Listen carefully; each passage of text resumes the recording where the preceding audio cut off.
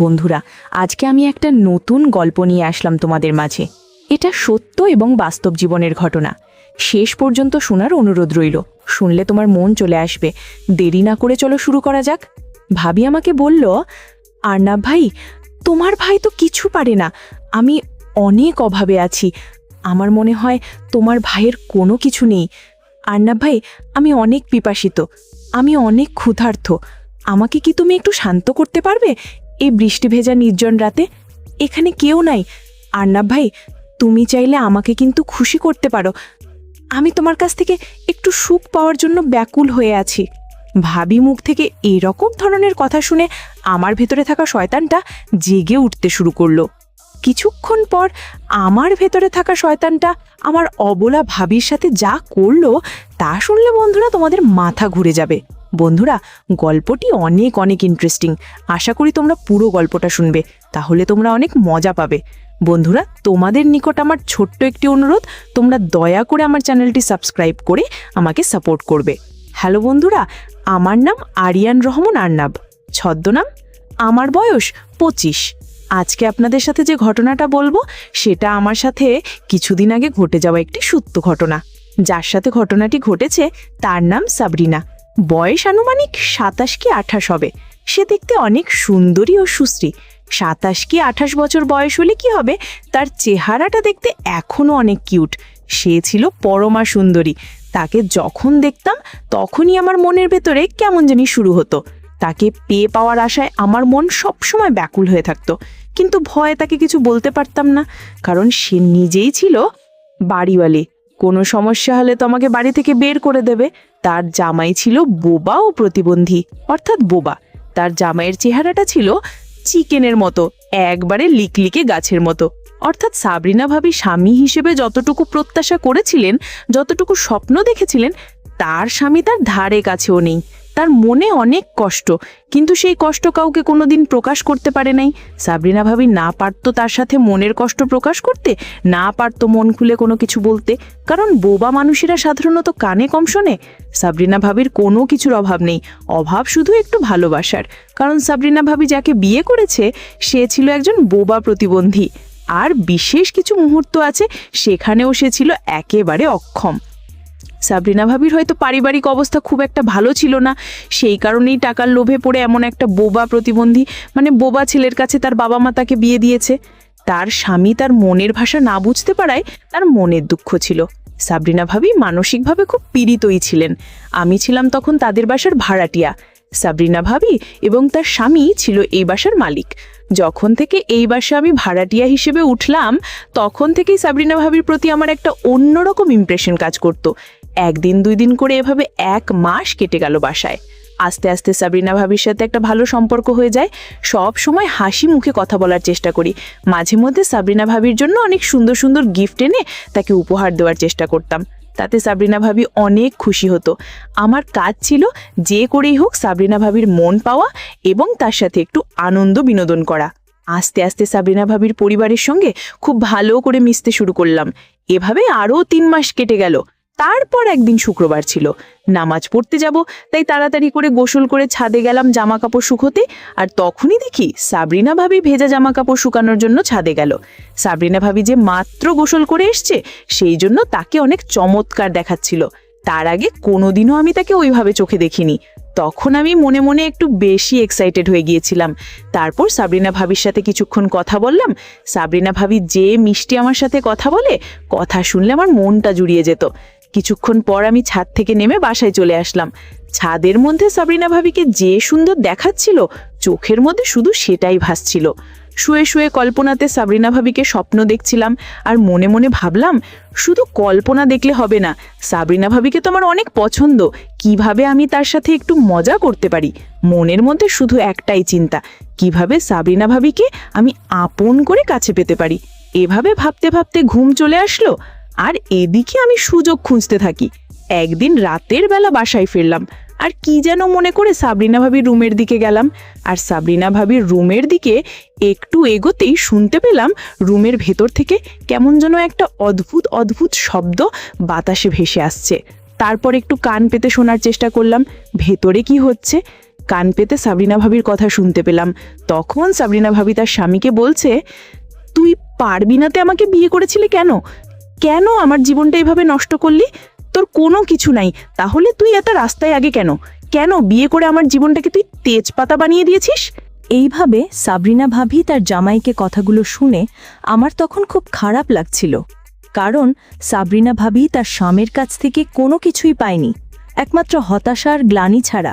তারপর মনে মনে ভাবলাম, সাবরিনা ভাবিকে তো দেখছি ভালোই ক্ষুধার্ত, তো তার তো অনেক কিছুর অভাব, তাহলে তো একটা সুযোগ নেওয়াই যায়।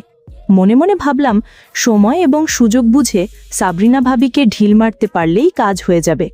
বিষয়টা ভাবতে ভাবতে আস্তে আস্তে রুমে চলে গেলাম। আমি অনেক ক্লান্ত ছিলাম, তাই তাড়াতাড়ি ঘুমিয়ে গেলাম। পরে আমি সুযোগ খুঁজতে থাকি। তারপর আরেকদিন ছাদে পাইলাম সাবরিনা ভাবিকে। পরে তাকে চোখের ইশারায় অনেক কিছু বোঝাতে চাইলাম, সে বুঝতে পেরেছে কিনা তা জানি না। তারপর আস্তে আস্তে সাবরিনা ভাবির কাছে গিয়ে বললাম, ভাবি কেমন আছেন? তারপর ভাবি বলল, জি আরমাপ ভাই, আমি অনেক ভালো আছি, আপনি কেমন আছেন? আমি বললাম, ভাবি আলহামদুলিল্লাহ, আমি অনেক ভালো আছি। পরে আমি ভাবিকে জিজ্ঞেস করলাম, ভাবি আপনাকে দেখে খুব হাস্যোজ্জ্বল মনে হয়, কিন্তু আপনার ভিতরে কেন জানি আমার মনে হচ্ছে আপনি অনেক কষ্টে আছেন, কিন্তু কাউকে বুঝতে দেন না। আমার কথা শুনে ভাবি বলল, আরে আরনাব ভাই, আপনি কি বলছেন এসব? আমি খুব ভালো আছি, খুব সুখে আছি। আমি বললাম, না না ভাবি, আমি কিন্তু জানি আজকে রাতে তুমি ভাইয়ের সাথে কি করছো, আমি কিন্তু সব শুনেছি। তুমি কিন্তু ভাইয়ের সাথে মোটেও সুখে নাই। ইচ্ছা করলে ভাবি তুমি কিন্তু সুখে থাকতে পারো, তোমার জন্য আমার সকল দরজা খোলা। আমার কথা শুনে ভাবি একটা মুচকি হাসি দিলেন।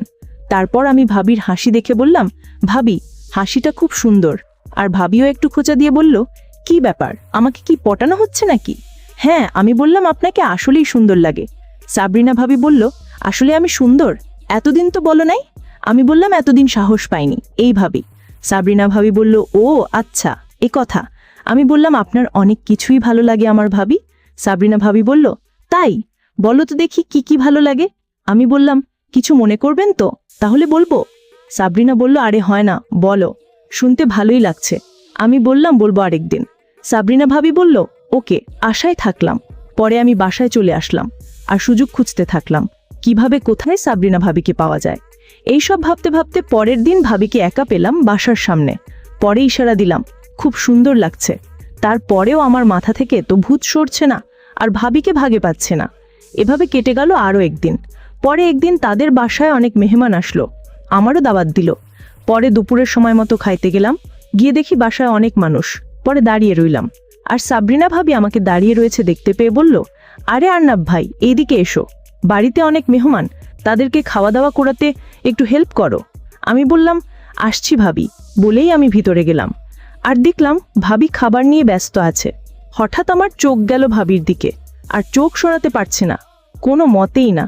আমার চাহনি দেখে ভাবি একটা মুচকি হাসি দিল। এইভাবে আমি সেদিন খাবার দাবা করে মেহমানদেরকে বিদায় দিয়ে চলে গেলাম বাসায়। পরের দিন ভাবি আমাকে ডাকলো, আর তখন আমি লক্ষ্য করলাম ভাবির চোখ আগুনের মতো হয়ে আছে। কাছে যেতেই বলল, আরনাব ভাই কেমন আছেন? আমি বললাম, ভালো আছি, আপনি কেমন আছেন? সাবরিনা ভাবি বলল, আমিও ভালো আছি। তারপর বলল, আর কি খবর তোমার? আমি বললাম, এই তো আছি বেশ ভালোই। সাবরিনা ভাবি বলল, তোমাকে একটা কথা বলি, রাখবা? আমি বললাম, ভাবি বলেন, কি বলতে চান? সাবরিনা ভাবি বলল, আমার না কথা বলার মতো কেউ নাই, আর আপনি তো জানেনই আমার স্বামী কথা বলতে পারে না, মানে বোবা প্রতিবন্ধী। তুমি আমার বন্ধু হবে? আমি তো মনে মনে ভীষণ খুশি হইলাম। খুশি হয়ে আমি বললাম, হ্যাঁ হতে পারে, কোনো সমস্যা নেই। তারপর থেকে আমি সাবরিনা ভাবির বন্ধু হয়ে গেলাম। প্রতিদিন তার সাথে আমার অনেক কথা হতো। আস্তে আস্তে আমরা এভাবে এগোতে এগোতে বন্ধুর চাইতেও আরো বেশি হয়ে গেলাম। একদিন সাবরিনা ভাবি আমাকে বলল, আরনাব ভাই, আমার তো অনেক কিছুর অভাব, আপনার ভাই বোবা প্রতিবন্ধী, সে তো কিছুই পারে না, আপনি যদি আমাকে একটু খুশি করতেন তাহলে আমার কাছে অনেক ভালো লাগতো। আমি বললাম, ভাবি আপনি কি বলতে চাচ্ছেন, একটু ক্লিয়ার করে বলেন। তারপর ভাবি আমাকে বলল, ভাই আজকে রাতে আমাদের বাসায় আছেন, তাহলে সব বুঝতে পারবেন। আমি তো মনে মনে মহা খুশি, কারণ এত দেখছি মেঘনা চাইতেই জল। ভাবি আমাকে বলল, আরনাব ভাই, তোমার ভাই তো কিছু পারে না, আমি অনেক অভাবে আছি, আমার মনে হয় তোমার ভাইয়ের কোনো কিছু নেই। আরনাব ভাই, আমি অনেক পিপাসিত, আমি অনেক ক্ষুধার্ত, আমাকে কি তুমি একটু শান্তি করতে পারবে এই বৃষ্টি ভেজা নির্জন রাতে? এখানে কেউ নেই। আরনাব ভাই, তুমি চাইলেই কিন্তু আমাকে খুশি করতে পারো। আমি তোমার কাছ থেকে একটু সুখ পাওয়ার জন্য ব্যাকুল হয়ে আছি। ভাবি মুখ থেকে এরকম ধরনের কথা শুনে আমার ভিতরে থাকা শয়তানটা জেগে উঠতে শুরু করলো। উমা, হঠাৎ করে দেখি ভাবিনি যে আমার সাথে কেমন জানি আচরণ করতে শুরু করলো। আমি তো ভাবির আচরণ থেকে পরে অবাক। এরকম আচরণ দেখে আমার অবস্থা আরো খারাপ হয়ে যেতে লাগলো। তারপর বন্ধুরা, ভাবি আমাকে শেষ পর্যন্ত এমন অবস্থা করেছিল যা আমার পরিপূর্ণ নিয়ন্ত্রণের বাইরে চলে গিয়েছিল। নিয়ন্ত্রণ হারিয়ে তারপর ভাবি আর আমি হারিয়ে গেলাম অন্য এক দুনিয়ায়, যেখানে শুধু সুখ আর সুখ। পৃথিবীতে যদি সুখের রাজ্য থাকে, আমার মনে হয় তাহলে সেটাই, যেখান থেকে ফেরত আসতে মন চায় না। তারপরও প্রকৃতির নিয়মে কিছুক্ষণ চলার পরেই সেই সুখ আর চিরন্তন হয় না, সেটা নষ্ট হয়ে যায়। আবার মানুষ স্বাভাবিক অবস্থায় চলে আসে। সেই সুখটা সব সময় থাকে না, একটা পর্যায়ে এসে নষ্ট হয়ে যায়। আমার অবস্থা তাই হয়েছিল। ভাবি অনেক খুশি হয়েছিল আমার সেই অবস্থায়। বন্ধুরা, তারপর থেকেই 3 থেকে 4 মাস আমার তার সাথে এরকম পরিস্থিতি হয়েছিল। আমি খুব সুখে ছিলাম, খুব আনন্দ পেয়েছিলাম। বন্ধুরা, সময়টা ছিল আমার কাছে খুবই আনন্দময় ও স্মরণীয়, স্মৃতিযোগ্য। বন্ধুরা, গল্পটি তোমাদের কেমন লাগলো অবশ্যই কমেন্ট করে জানাবে। বন্ধুরা, আজকে এই পর্যন্তই। আবারও আসবো তোমাদের মধ্যে নতুন কোনো গল্প নিয়ে। গল্পটি যদি তোমাদের ভালো লাগে তাহলে একটি লাইক দাও। প্রতিদিন আমি তোমাদেরকে এরকম ইন্টারেস্টিং একটা করে নতুন গল্প উপহার দিব। তাই তোমাদেরকে অনুরোধ করে বলছি, তোমরা যদি এরকম ধরনের ইন্টারেস্টিং গল্প পেতে চাও তাহলে দয়া করে আমার চ্যানেলটি সাবস্ক্রাইব করো। অবশেষে তোমাদের সকলের সুস্বাস্থ্য কামনা করি। ভিডিওটি দেখার জন্য তোমাদের সকলকে অসংখ্য ধন্যবাদ।